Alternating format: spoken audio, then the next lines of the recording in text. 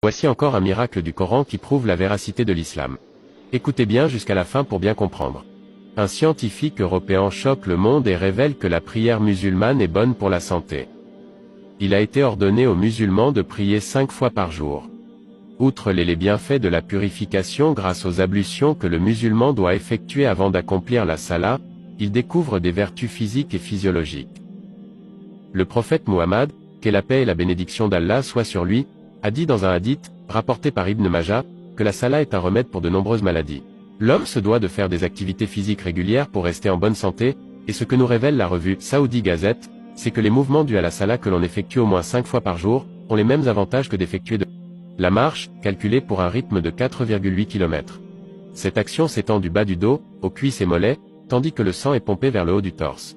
Puis lorsque nous revenons à la position debout, le sang qui était dans la partie supérieure du corps, revient à la normale. Le corps est détendu. En conséquence, ce sang emporte les toxines et libère considérablement les tensions.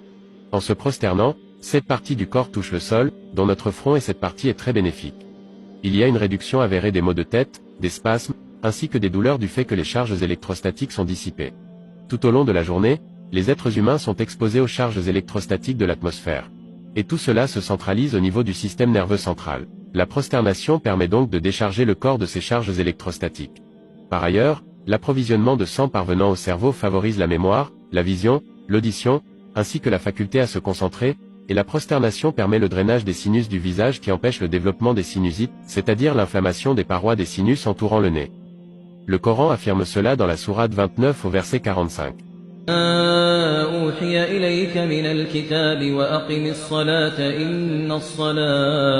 إن الصلاة تنهى عن الفحشاء والمنكر ولذكر الله أكبر والله يعلم ما تصنعون